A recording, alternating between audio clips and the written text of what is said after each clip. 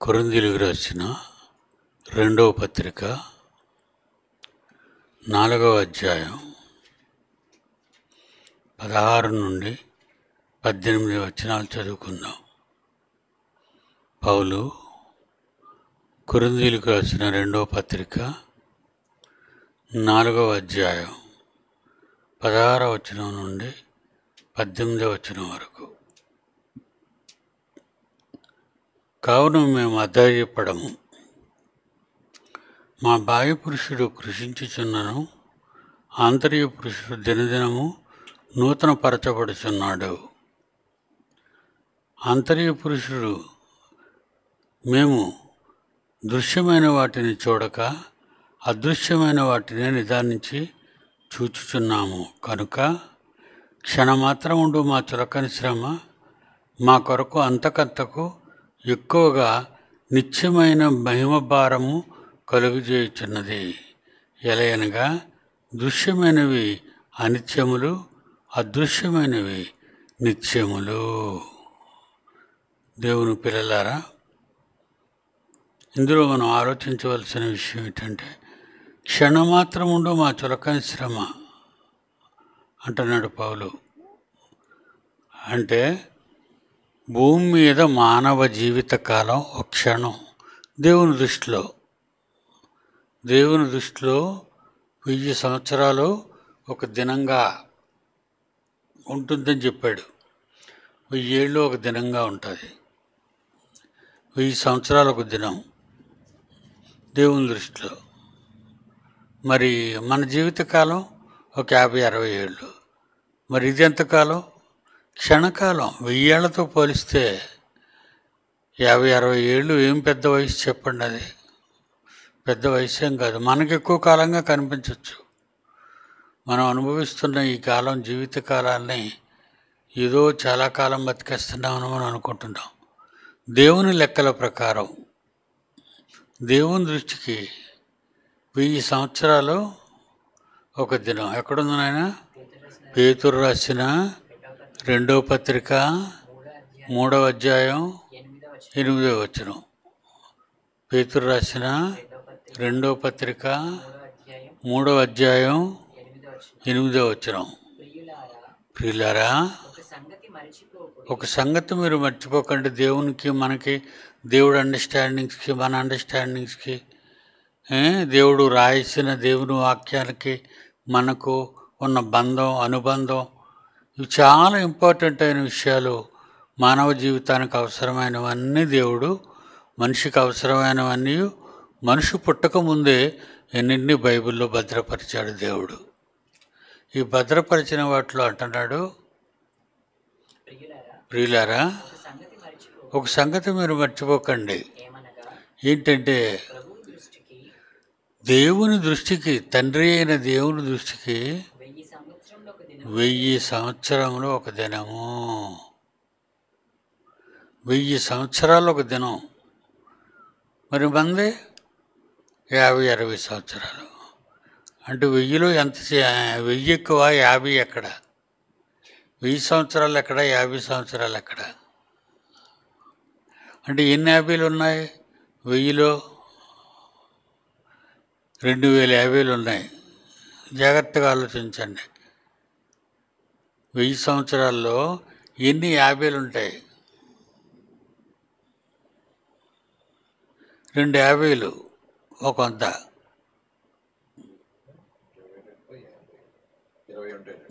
20 50లు ఉంటాయి. 20 50లు 50లను మీరు ఏం చేస్తారంటే, ఇప్పుడు మీకు అర్థమైందో లేదో మళ్ళా చెప్తాను. దేవుని దృష్టికి 1000 సంవత్సరాలు ఒక దినం. ఒక దినం అంటున్నాడు. అంటే 24 గంటలు.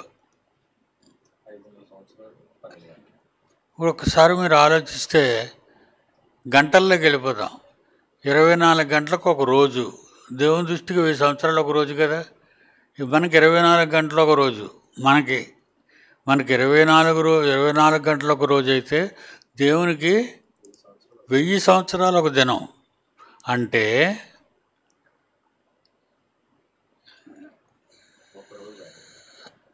ఒకరోజు డివైడెడ్ బై 1000. అప్పుడు ఒక రోజుకి ఎంత టైం పడుతుందో చూద్దాం. క్యాలిక్యులేషన్ చూడండి. 24 గంటలు ఒక రోజు. దేవునికి 1000 సంవత్సరాలు ఒక రోజు. అంటే దేవుని విషయంలో 1000 సంవత్సరాలు ఉన్నారు కనుక 1000 సంవత్సరాలకి మానవ కాలం 1000 సంవత్సరాలకి 24 గంటలు అని మనం అనుకుంటే ఒక గంటకి, అందుకే 1000 డివైడెడ్ బై 20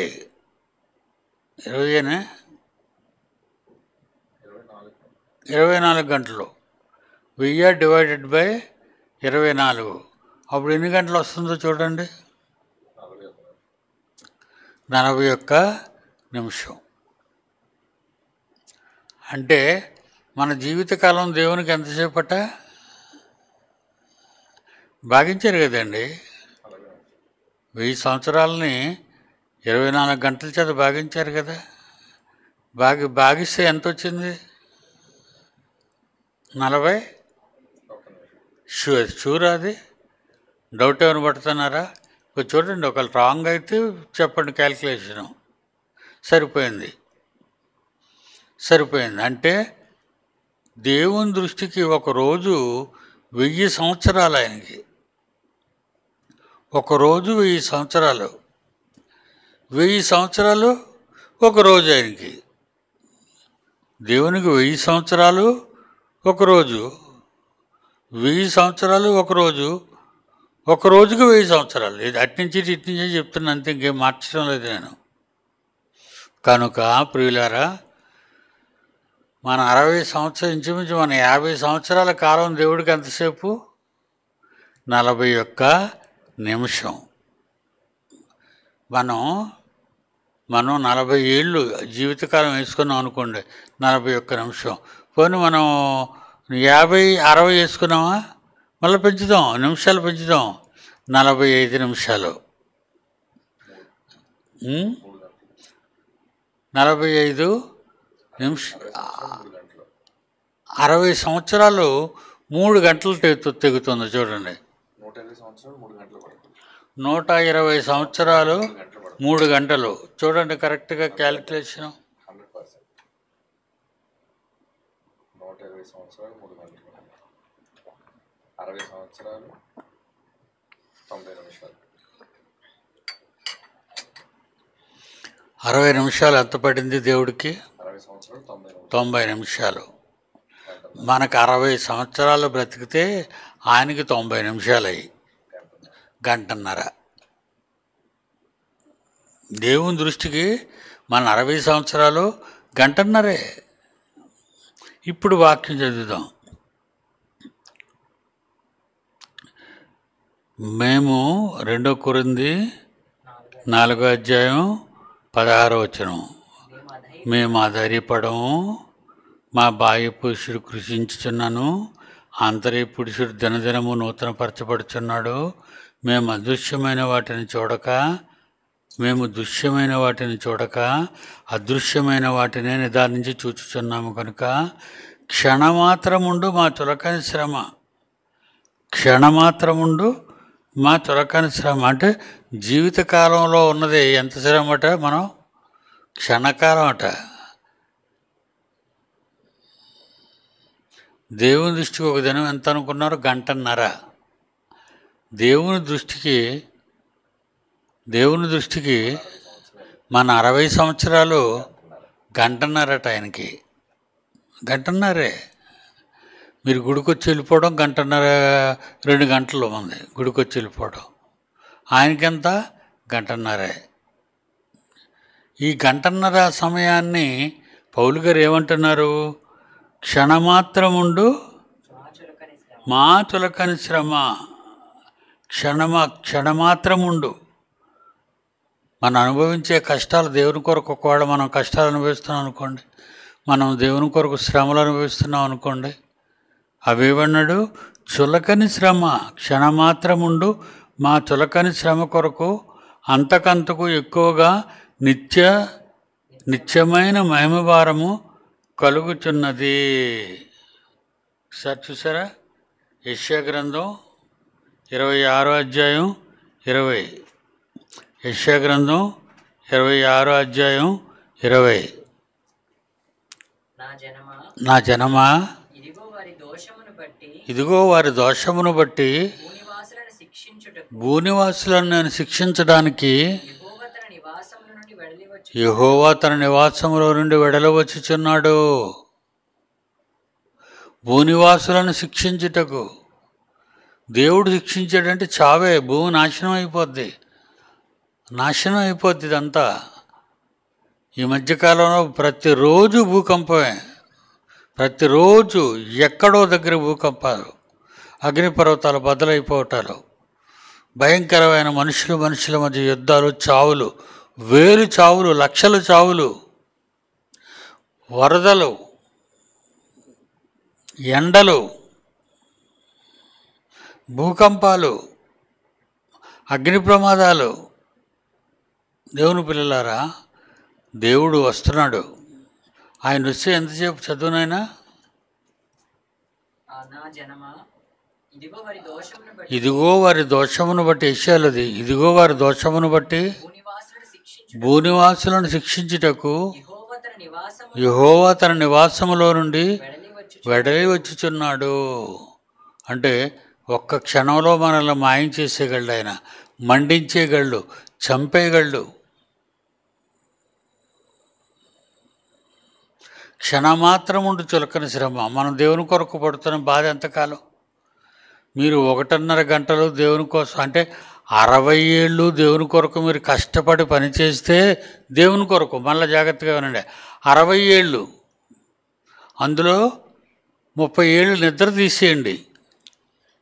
60 ఏళ్ళు మన జీవితకాలం వేసుకుంటే మనం ఎంతకాలం నిద్రపోతున్నాం మన జీవితకాలంలో?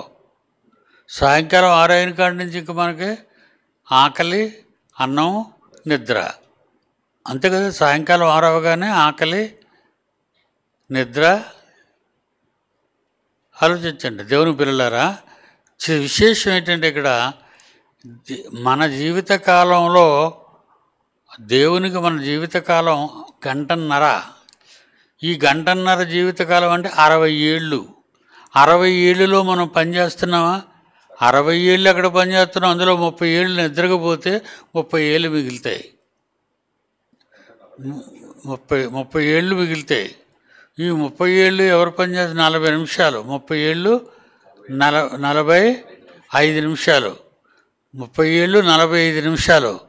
45 నిమిషాలు ఏం కష్టపడుతున్నావు?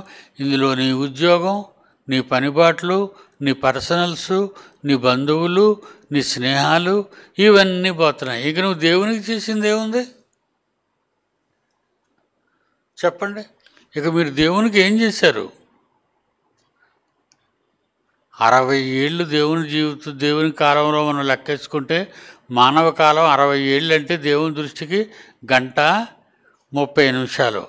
1:30 నిమిషాలంటే ఈ 1:30 నిమిషాలకి దేవుని కోసం మనం ఏం చేయగలుగుతున్నాం? 60 ఏళ్లలో 30 ఏళ్ళు నిద్రకపోతే 30 ఏళ్ళు బ్రతుకుతాం. ఈ 30 ఏళ్ళు బ్రతికి దేవుని కోసం బ్రతుకుతున్నామా మీరు చెప్పండి? ఈ 30 ఏళ్ళు దేవుని కోసం బ్రతుకుతున్నామా మనం? లేదండి. ఉదయం లేస్తాం, మరి మన 10 గంటలకల్లా మనం అన్నీ ముగించుకుంటాం.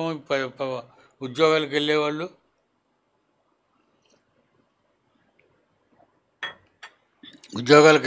మరి 10 గంటలకు లేచి వెళ్ళిపోతారు, మళ్ళీ సాయంకాలం వస్తారు. సాయంకాలం 6 గంటలకు వచ్చిన కాడి నుంచి మళ్ళీ స్నానాలు, పానాలు, భోజనాలు, నిద్రలు. మరి దేవుని కోసం ఏం చేశారు?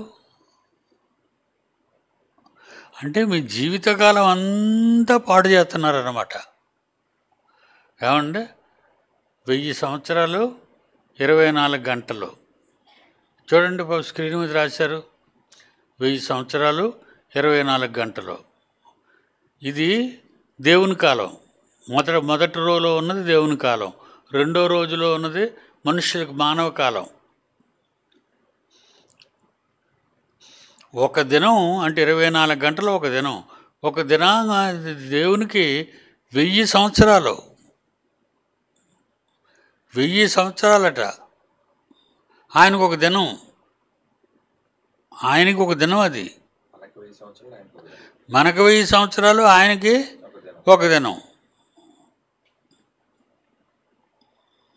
దేవుని పిల్లలారా, అలాగే 500 మనకు 500 సంవత్సరాలు, మనకు 500 సంవత్సరాలు అయితే ఆయన 12 గంటలు, 12 గంటలు ఆయనకి. మనకి 250 సంవత్సరాలు అయితే 6 గంటలు మనకి. దేవునికి 125 సంవత్సరాలు అయితే 3 గంటలు. మనకి 62.5 మనం జీవితకాలం అనుకుంటే 90 నిమిషాలు. మరి 31 రోజు నెలలు అంటే 45 నిమిషాలు.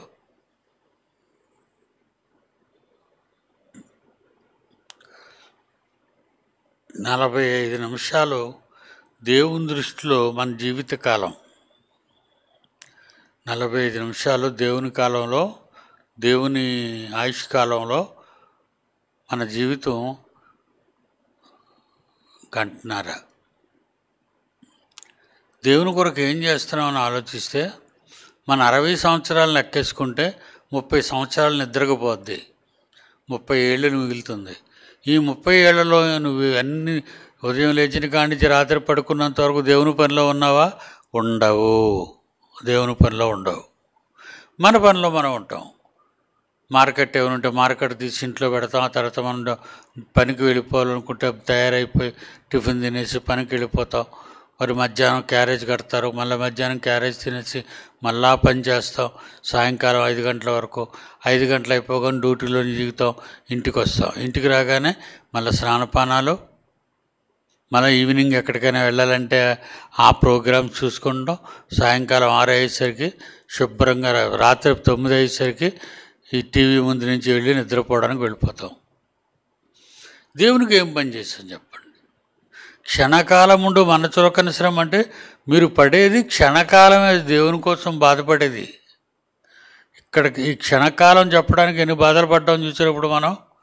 క్షణకాలం ఉండు మా చులకని శ్రమ. 2 కొరింథీ 4:18 ఏమని?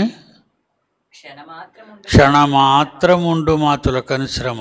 క్షణమాత్రముండు మా చులకని శ్రమ అంటే దేవునికి మీరు చేసే పనులు ఎంతకాలం? రేపు వెళ్తున్నారా? రేపు పనికి వెళ్తున్నారా? ఆడపిల్లలు మగపిల్లలు మోతవలస అక్కడ ఎంతసేపు పని చేస్తారు? 10 గంటల నుంచి 4 గంటలు, 6 గంటలు పని చేస్తారు. 6 గంటలంటే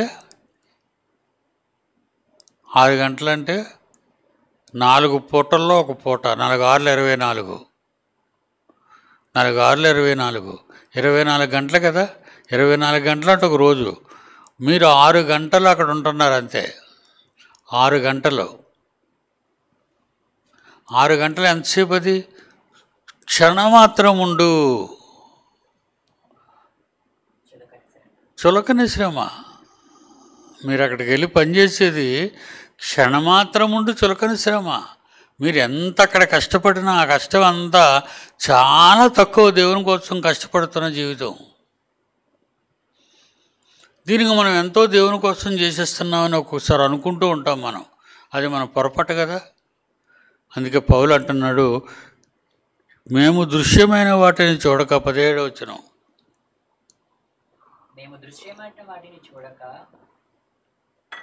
మేము దృశ్యమైన వాటిని చూడక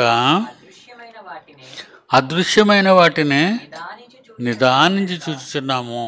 అదృశ్యంలో ఉంది పరలోకం. అది మాకు తెలుసు అంటున్నాడు. అది మాకు తెలుసు, మేము చూస్తున్నాం దాన్ని. దేవుని కొరకు ప్రయాసపడిన వారు ఏం చూడాలి? అదృశ్యమైన వాటిని. ఏమండి? మేము దృశ్యమైన వాటిని చూడక అదృశ్యమైనవి, ఈ అందాలు, ఈ వైభవాలు, ఈ సుఖాలు, ఈ భవనాలు, ఈ డబ్బు, ఈ బంగారాలు, ఇవన్నీ కూడా కనిపించేవి, మన కళ్ళకు కనిపించేవి. పరలోకం, దేవదూతలు, మనం కూర్చోబోయే సింహాసనాలు, మన కొరకు నిర్మింపబడుతున్న అంతస్తుల భవన హర్మ్యానాలు దేవుడు మనకు పరలోకంలో కడుతున్నాడు. అవెక్కడ ఇవెక్కడ? మానవుడు కట్టేవి పడిపోతాయి. మానవుడు కట్టేవి ఆయుష్కాలం ఉంది, ఇంతకాలం ఉండదు. ఈ బిల్డింగు ఒక 100 సంవత్సరాలు వేసుకున్నాం మేము. ఇప్పుడు మీరు కూర్చున్న ఈ బిల్డింగ్ ఒక 100 సంవత్సరాలు వేసుకున్నాం. ఆల్రెడీ ఒక 20 years దగ్గర అవుతున్నాయి. 20 ఏళ్ళకి దగ్గర 18, 19 ఏళ్ళు దగ్గర అవుతుంది అప్పుడే. అంటే ఇంకెంతకాలం ఉంది? ఇంకొక 80 సంవత్సరాలు ఉంది ఇది ఉండడానికి. అలాగే భూమి ఎంతకాలం ఉంటుంది? మనకు కనబడేవి ఎంతకాలం ఉంటుంది? ఈ సూర్యుడు ఎంతకాలం ఉంటాడు? ఈ చంద్రుడు ఎంతకాలం ఉంటాడు? ఇవన్నీ కొద్ది కాలమే ఉంటాయి, తక్కువ కాలం. ఈ సృష్టి ఏమవుతుంది అన్నాడు? చుట్టబడుతుంది. ఆకాశములు మహారోదనతో వెళ్ళిపోతాయి, ఉండవు అవి.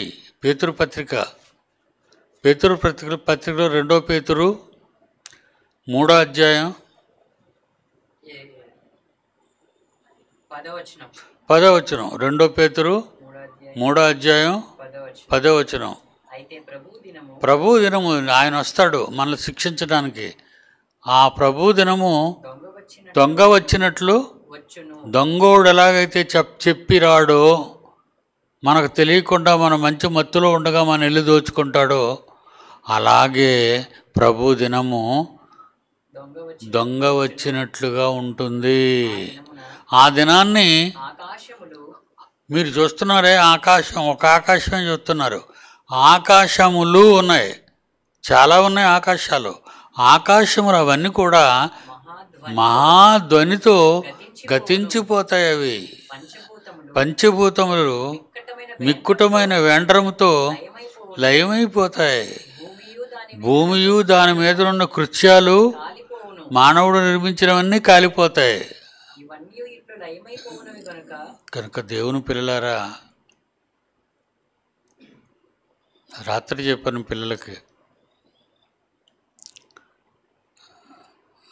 ఇజ్రాయెల్ దేశం ముఖ్య పట్టణం టెల్ అవీవ్, వాళ్ళు ఇరాన్ మీద బాంబుల వర్షం గత 12 రోజులు బట్టి యుద్ధాలు జరుగుతున్నాయి.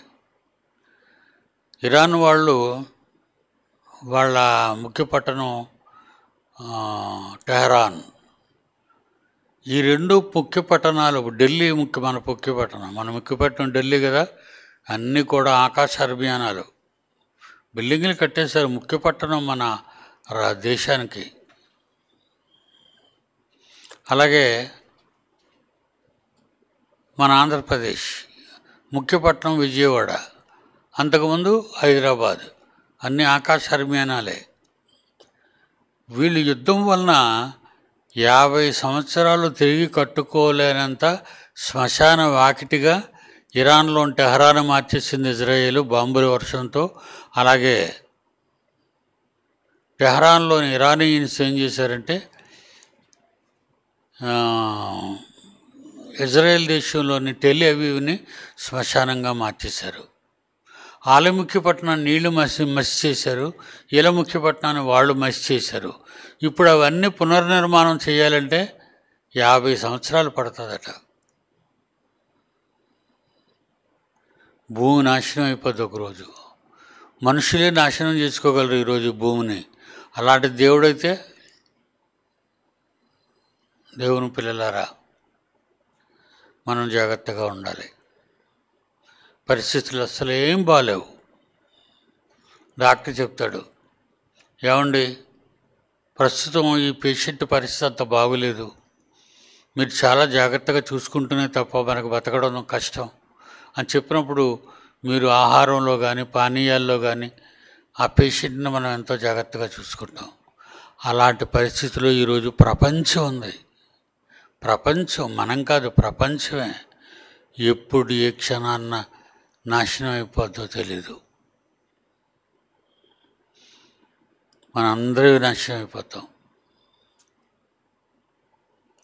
కనుక ప్రియులైన పిల్లలారా, మీరు ఎప్పుడు కూడా ఒక క్షణం దేవుని కొరకు పనిచేసే మనం, అది పెద్ద కాలం కాదు. క్షణమాత్రముండు మా చులకని శ్రమ అంటున్నట్టు చూడండి. క్షణమాత్రముండు మా చులకని శ్రమ అంతకంతకు ఎక్కువగా నిత్యమైన మహిమ భారము కలుగజేయుచున్నది. ఎలయనగా దృశ్యమైనవి అనిత్యములు, దృశ్యమైనవి అనిత్యం నిత్యం కాదయ్యి. అదృశ్యమైనవే కంటికి కనబడినవే నిత్యాలు. పరలోకం, దేవుడు, దేవదూతలు, మహాలోకం. Okay, God bless you.